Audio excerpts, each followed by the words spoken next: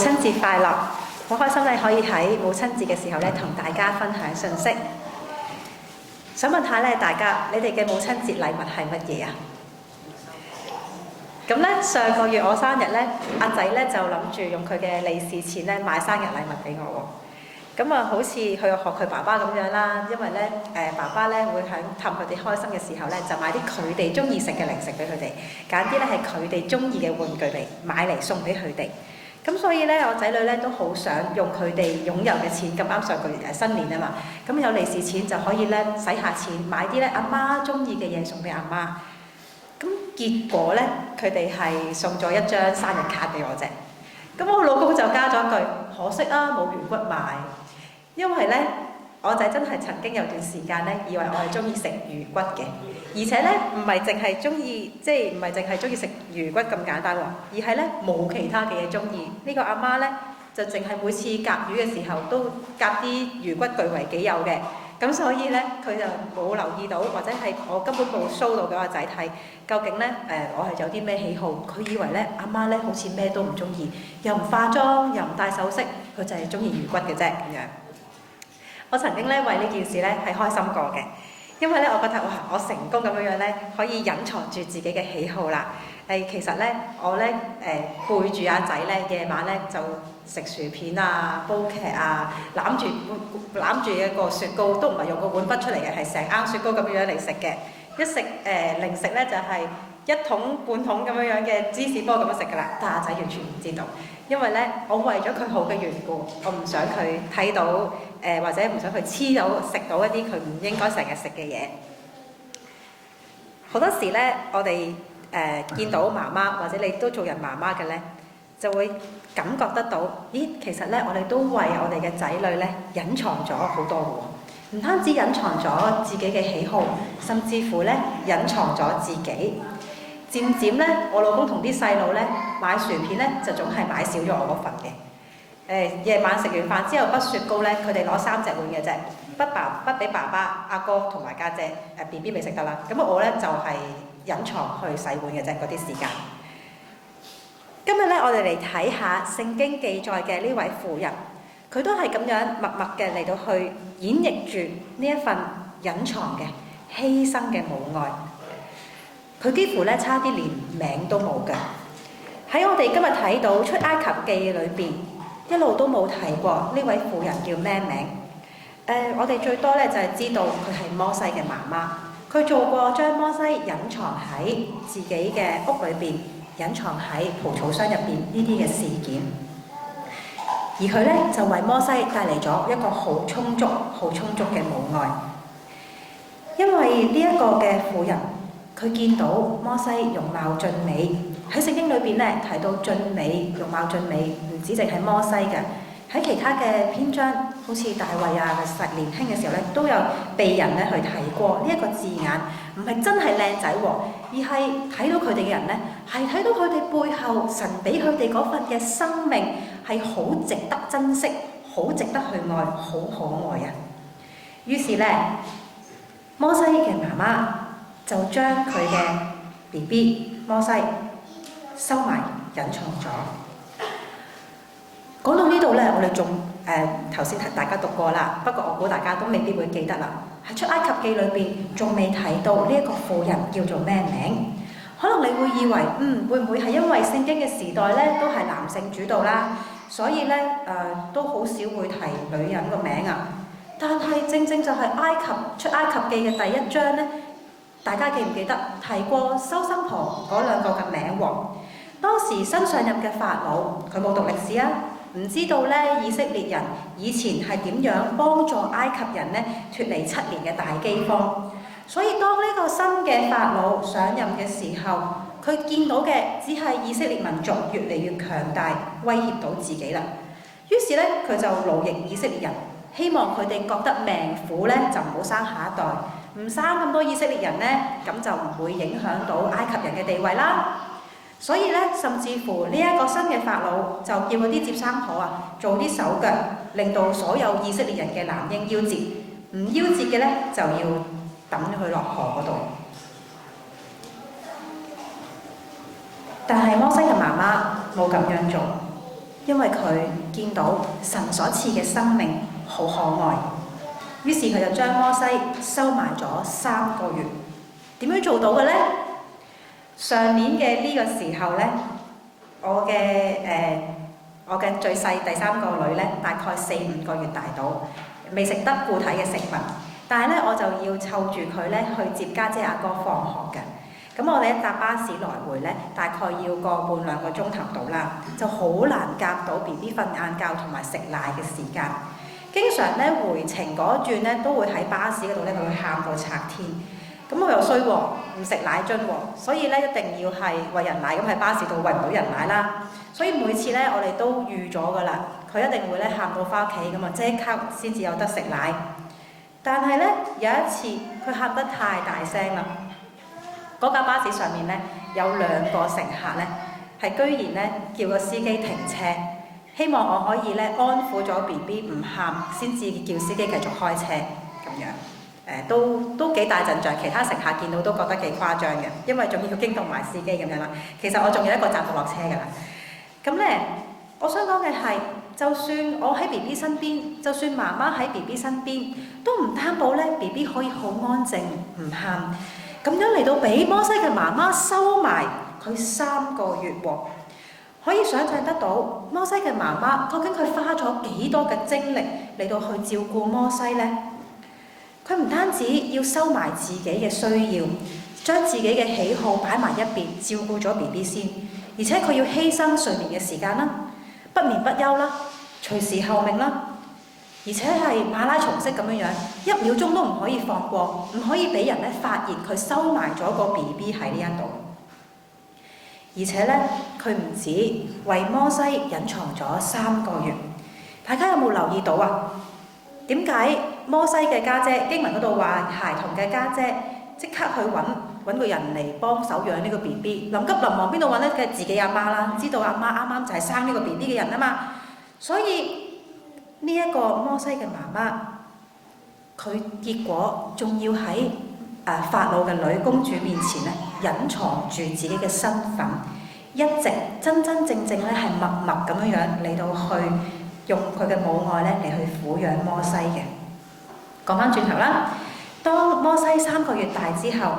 可能咧佢越嚟越大啦，需要活動嘅空間多啦，甚至乎因為喊聲更大啦，所以咧真係咧即係藏住佢啦。或者可能咧連摩西嘅媽媽都太過疲勞啦，連續3個月咁樣嚟到去隱藏住摩西嘅聲音，照顧佢無微不至咁樣樣。所以咧，摩西嘅媽媽就唯有喺呢個時候要放手。經文喺出埃及記第2章第3節嗰度咧就講咗，呢個婦人就攞咗一個蒲草箱，抹上石漆同埋石油，將孩子放喺裏頭，將呢一個箱咧擺喺河邊嗰啲蘆葦中間。嗱，唔好睇少呢一個蒲草箱喎。經文呢度特別話俾我哋聽咧，佢呢一個箱唔係單單用蒲草去織出嚟咁簡單，仲會抹上石漆同埋石油。喺今時今日現代嘅考古學裏面話俾我聽咧，呢一個響蒲草織成嘅籃上面塗石漆同埋石油呢一個方式咧，係埃及人造船嘅方法嚟嘅。呢度有冇媽媽識造船啊？應該冇喎，嗬。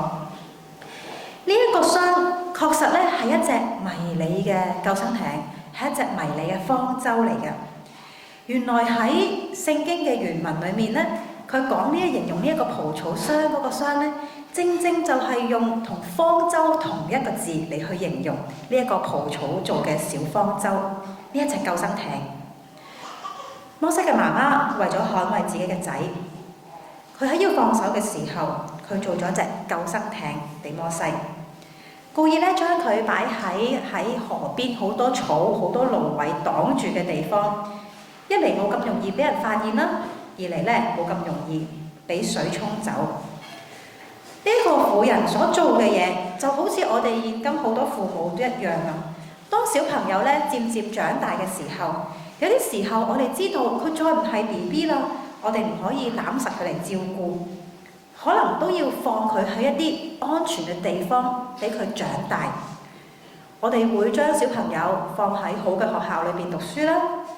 或者咧可能我哋大家都係喺香港過嚟嘅，就會更加體會到，當你喺香港未必有得揀住邊區，但係嚟到英國嘅時候咧，你有冇做到功課，做咗幾多功夫，揀去住邊個校網嘅地區，邊個城市，俾小朋友去咩學校嗰度讀書，希望佢群埋啲乜嘢嘅人，甚至乎係嚟到呢度，可能你會考慮埋群埋啲乜嘢種族嘅人，一齊咧喺嗰個環境裏邊去成長啦。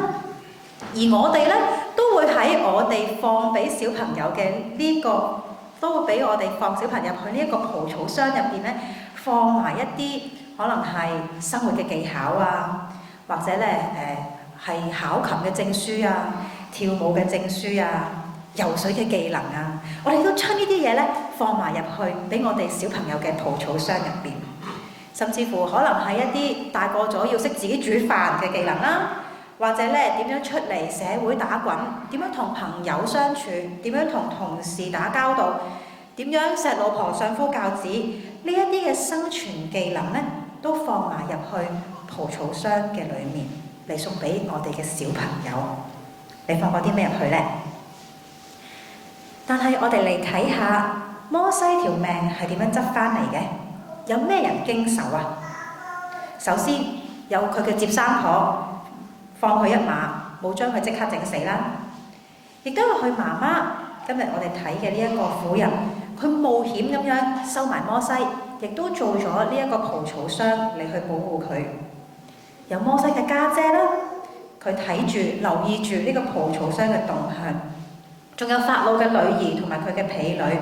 將呢一個箱喺河裏邊拉上嚟，明知咧佢係希伯來人嘅 BB 喎，但係都網開一面冇整死佢，而係咧更加揾希伯來嘅婦人嚟到去悉心咁樣照顧佢。你話除咗呢一啲固然係上天嘅安排之外，好特別嘅，上天都安排咗呢一班嘅人。呢一班都係女性嚟到去保護、去造就呢一個他日係偉大嘅民族領袖嘅人生。雖然咧出埃及記喺呢一章裏邊完全冇提過摩西以外嘅任何嘅名，其實咧只係想令到讀者更加專心咁樣睇到嗱，我哋跟住落嚟咧就會睇摩西嘅呢一個人生同埋佢嘅故事啦，睇下咧神點樣藉住摩西拯救以色列人啦。但係佢一路嘅記載落嚟咧，暗示咗好多嘅女性，好多嘅人用住一份默默付出嘅母愛嚟到去造就摩西嘅人生。喺你嘅人生裏面，有幾多人？特別今日係母親節，有幾多個女性係曾經為你默默咁樣付出過嘅咧？曾經捍衛過你嘅生命，捍衛過你嘅安全。曾經造就過你嘅咧，希望咧今日趁住母親節，你咧都可以作為一個多謝嘅角色嚟到去多謝你嘅父母啦，或者女性嘅長輩啦，或者咧係去諗下、回憶下佢哋曾經喺你身上面咧做過嘅默默嘅付出，唔單止咧係講一句話好多謝啊，你好偉大啊咁簡單喎。如果你有機會嘅咧，仲可以去問下。好似摩西咁咧，未知道嘅時候，你嘅長輩、你嘅女性嘅長輩，係曾經點樣做過一啲你都未知道嘅默默對你嘅愛同埋付出呢？又或者咧，你可以去回憶一下你嘅上一輩係點樣將佢哋所知道嘅係放落你嘅救生艇嗰度，送你長大，送你成才呢？我曾經咧聽過有個傳道人咧講，原來咧我哋嘅人生裏面咧，能夠同我哋嘅屋企人一齊住、一齊相處咧，最多都不過係大概30幾年到，通常都係30幾年到。大家諗深一層，可能都係嘅。當你嘅小朋友長大咗，佢會結婚生仔啦，或者你自己長大咗，你會離開父母成家立室啦。大概咧都唔會係你成世人嘅時間都可以同相同嘅家人一齊住足咁多年嘅。咁我哋作為父母嘅，作為我哋有下一代嘅，我哋點樣可以即係將來嘅時間，我哋面對未來嘅下一代嘅時候，喺呢僅有嘅幾十年裏邊，為佢哋去默默嘅付出你嘅愛呢？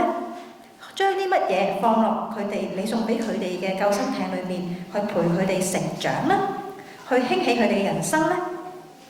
我哋嚟睇下摩西嘅媽媽究竟放咗啲乜嘢入去呢一個蒲草箱入邊，去捍衛摩西嘅人生呢？喺嗰個年代呢，唔似得我哋咁啊，送啲學琴證書俾佢哋啊，送啲乜嘢學術嘅考試成就俾佢哋啊。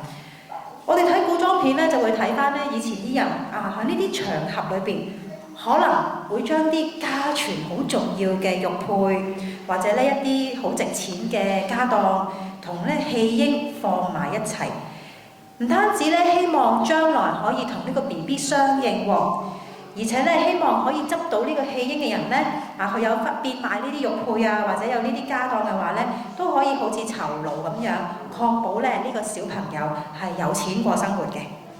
咁我哋而家都會啊，可能我哋會留翻層樓俾下一代啦，或者咧希望咧將來你嘅仔女啊、孫啊，每個禮拜都翻嚟幫我認下佢咁樣。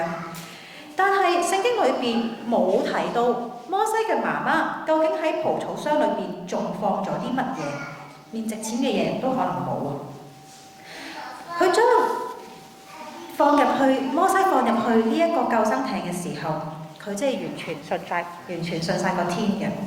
佢覺得上帝會睇住佢個仔㗎啦，上帝又真係好看顧呢個生命喎。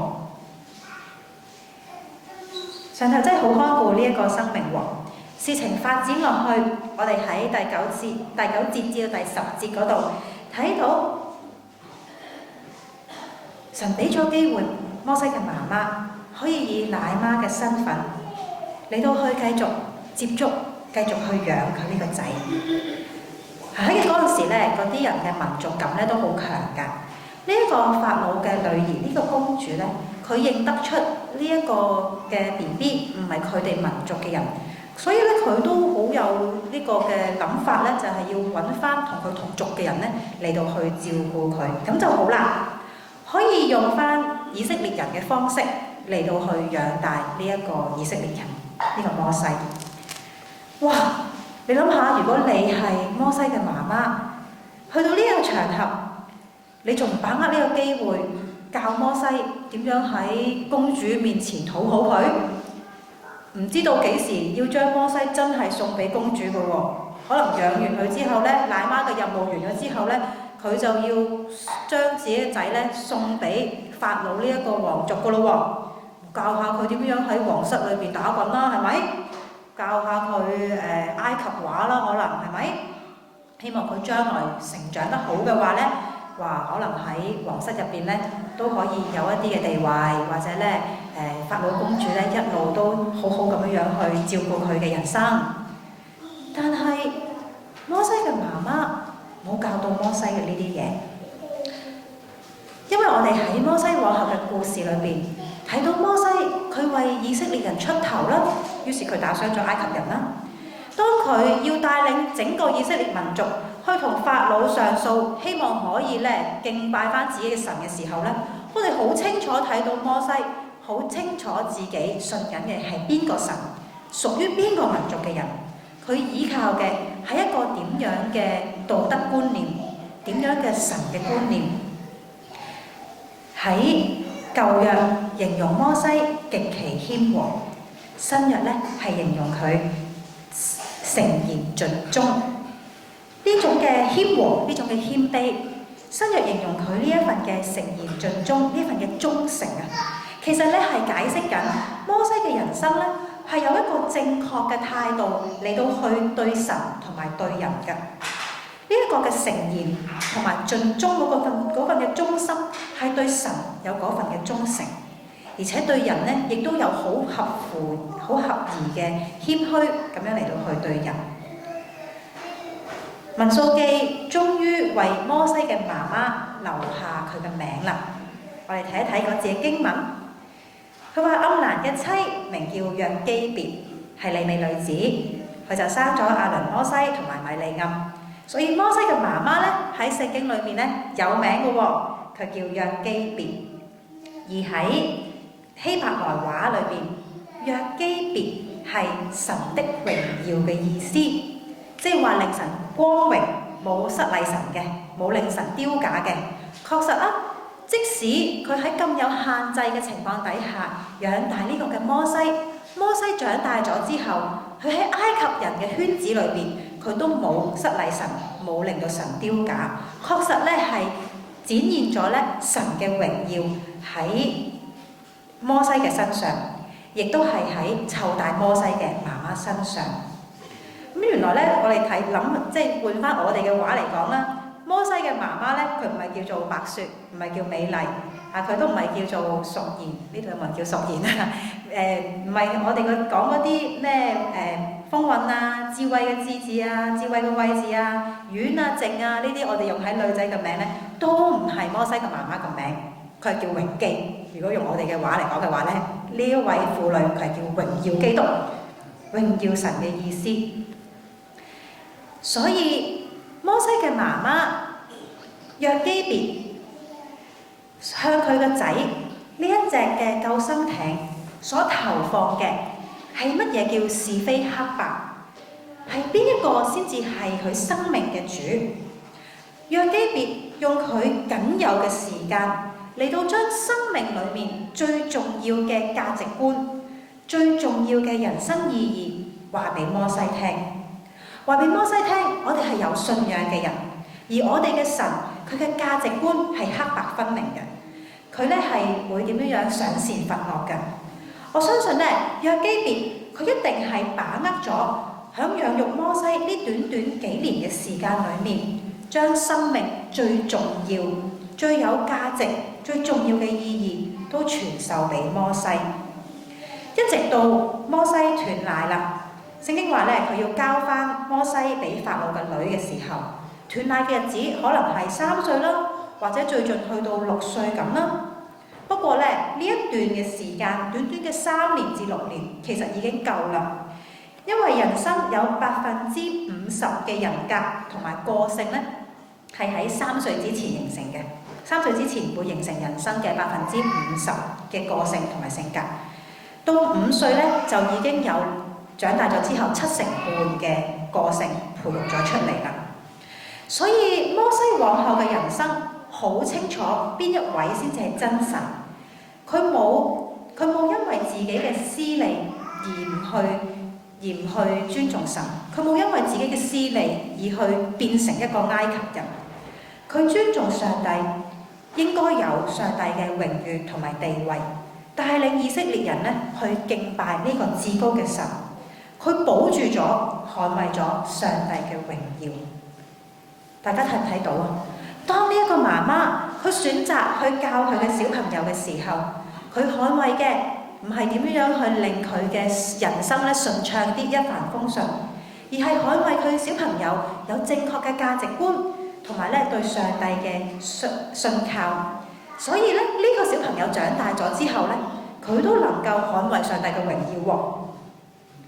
呢個媽媽喺有限嘅時間裏面教識咗一個人、一個民族嘅領袖正確嘅人生嘅道理，識得去選擇佢嘅生命。在座呢度，如果你有媽媽嘅話，如果你係媽媽嘅話，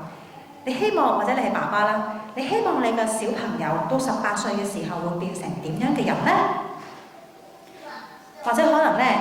你冇小朋友嘅，但係你希望教會裡面嘅年青人，我好開心今日見到好多有年青人翻嚟啊！我上次大概應該係10個月之前，定係年半之前喺度講到冇咁多小朋友同年青人，所以今日好開心見到有好多下一代喺度，神好祝福你哋嘅教會。你希望咧佢哋喺教會嗰度係點樣參與，將來係點樣接棒嘅咧？有冇諗到咁遠啊？你知道咧，我唔係問大家究竟你想你嘅小朋友將來咧係咪入到 Leeds University 啊，或者咧喺邊個城市讀大學啊，做到咩工啊？你知我唔係問呢個問題。就算唔信神嘅人，佢哋都識得答，希望自己嘅仔女將來會係有啲乜嘢好嘅品格、善良啦、正直啦呢啲嘅價值觀。如果我哋想我哋嘅小朋友我哋嘅下一代或者教會嘅下一代可以識得點樣正確咁去選擇生命，選擇一條啱嘅路嘅話呢，作為家長、作為教會嘅成年人，你都可以把握機會，嚟到去睇下究竟我哋將啲乜嘢送咗俾我哋嘅小朋友嚟到興起佢嘅生命呢？係一啲生存嘅伎倆啊，定係生命嘅內涵呢？我哋可以教我哋小朋友嘅時間呢，真係十分有限嘅。唔好話我哋會同我哋嘅下一代相處幾多10年啦，淨係你可以睇實你嘅小朋友去到幾多歲啊？我睇實我個女喺學校嗰度，唔好群埋嗰啲成身泥嘅小朋友玩得太污糟，但係轉個頭呢，老師一嗌放學，佢就第一時間呢衝去同全班成身最多泥嗰個女仔咧攬埋一齊講 goodbye。我可以睇實佢幾耐呢？尤其是呢，喺英國呢度，我諗大家都遇過同黨嘅問題，都真係好多。我大女今年6歲，我同我老公已經擔心緊佢將來呢可能會好似個班同黨咁樣呢，亂群結隊、撩是生非嘅啦。我大仔呢，雖然就唔似阿女咁有啲好似亂群結隊咁嘅性格，但係呢，我哋驚佢會俾網絡文化影響。好似最近有套影集係講青少年去殺人啦，真實嘅唔係真實，呢個都真實。另一個再近啲嘅都係有青少年想去做校園槍擊手啦，都係喺英國發生。我哋都擔心我哋嘅小朋友呢，會唔會去選擇咗一條咁樣嘅路？所以我哋要喺我哋仲有時間去把握嘅時候，就要把握機會。去捍衛我哋懷裏邊嘅呢個小生命。我邀請喺呢度每一位，無論你係有自己小朋友嘅，定係冇自己小朋友，但係喺教會裏邊你見到人哋小朋友嘅，都希望咧大家可以咧一齊嚟發揮下母愛喎。記唔記得我頭先咧講過摩西嘅媽媽讓基別喺佢身上，我哋睇到嘅母愛係點樣嘅母愛啊？默默嘅付出啦，同埋咧捍衛佢嘅生命有豐富嘅內涵，包括對神嘅信仰。英國咧有啲教會咧，特別係西方嘅教會咧，有一個叫做 Godmother 或者 Godfather、Godparents 咁樣嘅身份嘅安排，就係咧喺嬰兒洗禮嘅時候咧，咁就有一啲嘅類似契爺契媽咁樣咧，認頭咗將來咧我就會除咗親生父母之外咧，喺教會裏面咧擔任一個屬靈嘅見證人嘅角色，擔保呢個細路咧會喺聖經嘅教育底下咧去成長嘅。咁咧有好多大部分嘅我哋接觸開嘅宗派咧，都未必會有呢一種嬰孩洗禮嘅禮儀㗎。但係咧，可能你香港教會都有去見證過，就係一啲叫做嬰孩奉獻禮啦。有啲媽媽咧，有啲爸爸媽媽咧帶住自己好細個嘅小朋友，話要奉獻小朋友啦咁。咁其實咧就唔係要將個 BB 獻咗出嚟做乜嘢嘅，而係希望咧會眾同埋咧呢一對嘅夫婦咧，可以以聖經嘅教導嚟去培育佢哋嘅小朋友。咁我唔知道，我諗可能KK 牧師係咪有同大家講過一啲神學嘅嘢咧？可能咧都有提過下。除咗每個獨立嘅家庭，每一個喺神家庭裡面嘅成年人，我哋都有責任，亦都應該用神嘅話語嚟到去幫助你身邊嘅小朋友嚟到去成長。當小朋友從屋企自己嗰幾口子嘅家庭裏面踏出去嘅時候咧，我哋嘅小朋友好好多，因為有教會呢個小社會。當佢哋踏出去嘅時候，未面對真正好大嘅世界之前，我哋作為教會嘅呢個群體，可以幫父母咧喺佢慢慢放手送小朋友出去嘅時候咧，你幫手夾住佢，幫手咧維護佢。捍衛呢個小朋友係喺神嘅面前裏邊成長。大家要睇到摩西嘅媽媽讓基別兩次放手將佢嘅小朋友放出去。第一次放喺蒲草箱，放喺旁邊。第二次係當呢個小朋友成長起嚟嘅時候，佢放出去要交俾人，交俾第二個民族嘅人去養。好難想像呢，約基別嘅心情係點樣？但係其實可能我哋在座中有一啲比較前輩做人父母嘅前輩咧，經驗過㗎啦。小朋友第一日去幼稚園返學，就揈開你嘅手跑咗去啦。或者咧，你小朋友小學、中學嘅時候要跟學校去受訓，咁啊去 camp 離開屋企住啦。最近有個朋友咧，佢個女喺加拿大嗰度踢足球嘅，咁啊要飛嚟西班牙受訓喎，咁啊仲遠過我哋英國過歐洲受訓。但係可能你哋嘅小朋友都會有一日有呢個機會去下歐洲嗰啲特訓營啊咁樣。或者我哋嘅小朋友唔喺我哋呢一個城市要升大學啦。當我仔發現咧，原來讀大學咧，可能要去第二個城嗰度返大學，要寄宿，唔一定晚晚返嚟見到阿媽嘅時候咧，佢唔想讀大學，因為咧佢未去到成長嗰個年紀，喺佢仲咁細個嘅時候咧，佢覺得要黐住阿媽。但係始終呢一日都會嚟㗎。究竟我哋嘅小朋友要出去佢哋嘅世界嘅時候，甚至乎成家立室嘅時候，有邊個可以睇住佢哋呢？如果我哋一直都幫佢哋喺神嘅話語裏邊長大嘅時候，就只有神係可以一直咁樣睇住佢哋，而佢哋亦都能夠去選擇俾神去看顧住。所以咧，教會嘅姨姨叔叔、哥哥姐姐，雖然今日係母親節，好似咧淨係多謝媽媽，或者咧諗下你小朋友會點樣去錫你，但係教會嘅叔叔、姨姨、哥哥姐姐，我哋咧都可以係神用你嚟到去祝福小朋友嘅媒介嚟嘅喎。我哋咧都可以向你身邊嘅小朋友，無論你係男嘅定係女嘅，都可以咧去發揮你嗰份咧嘅母愛嘅喎。你所能夠付出嘅嗰份默默嘅愛心，同埋咧保護小朋友喺神裏邊嗰份成長。相信咧，神唔會令我哋失望。信耶穌嘅人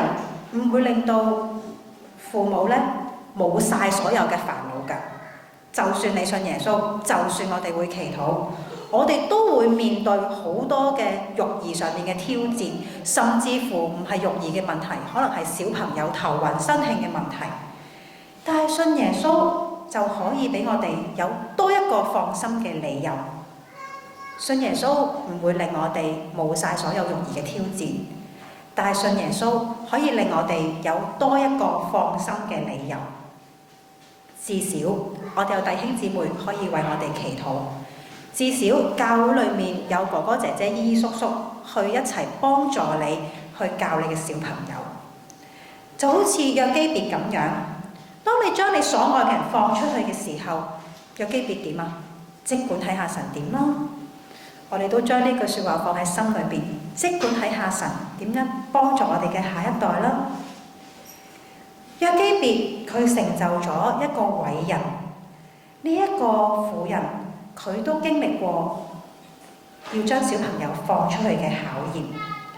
我哋冇約基別咁犀利，應該我哋嘅小朋友未必係好似摩西咁偉大，但係神都會看顧我哋嘅小朋友，神都希望我哋可以喺呢一個考驗裏面能夠信靠到神。當我哋做人父母嘅時候，其實我哋都係神嘅小朋友，我哋都係神嘅仔女，你都係神嘅兒女。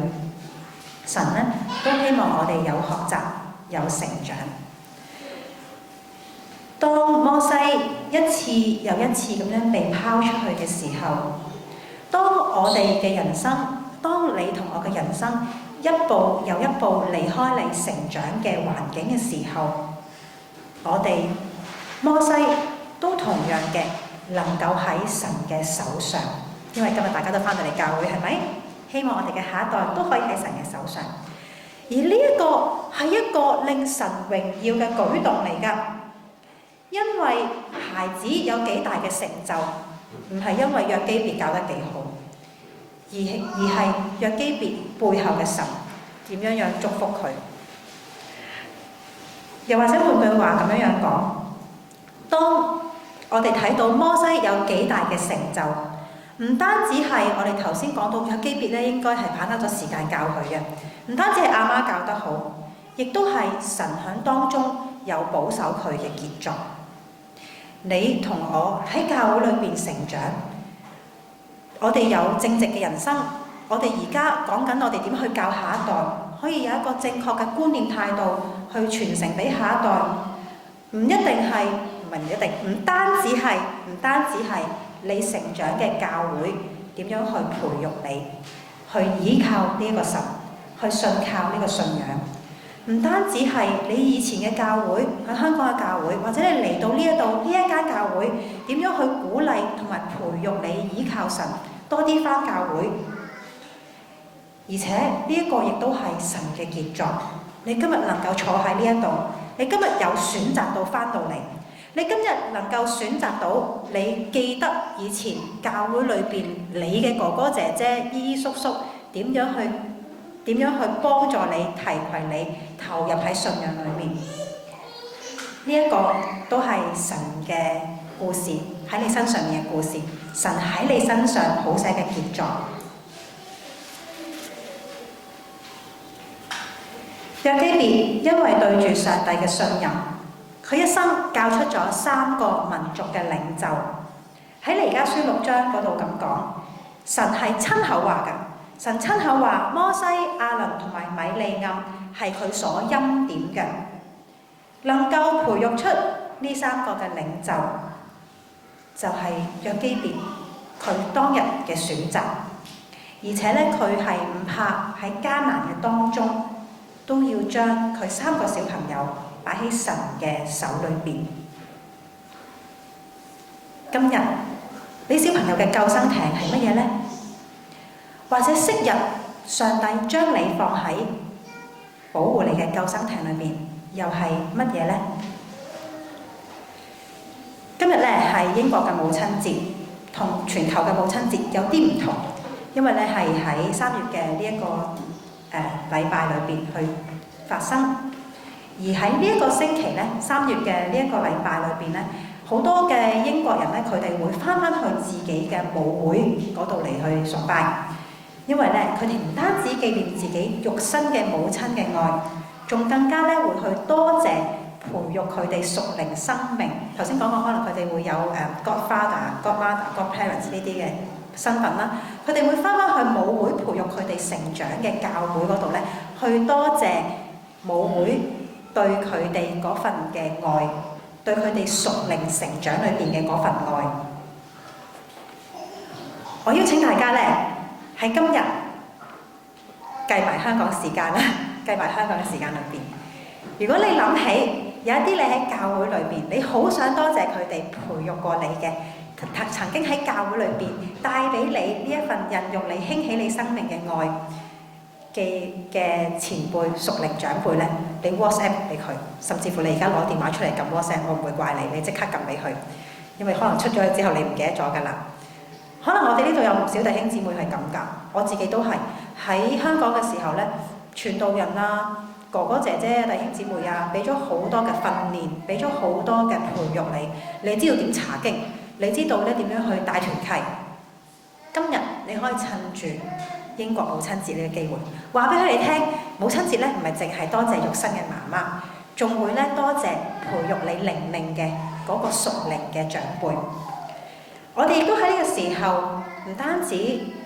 回顧你自己肉身嘅媽媽、屬靈嘅父母點樣去孕育你，我哋都去同一時間思考下，當我哋要去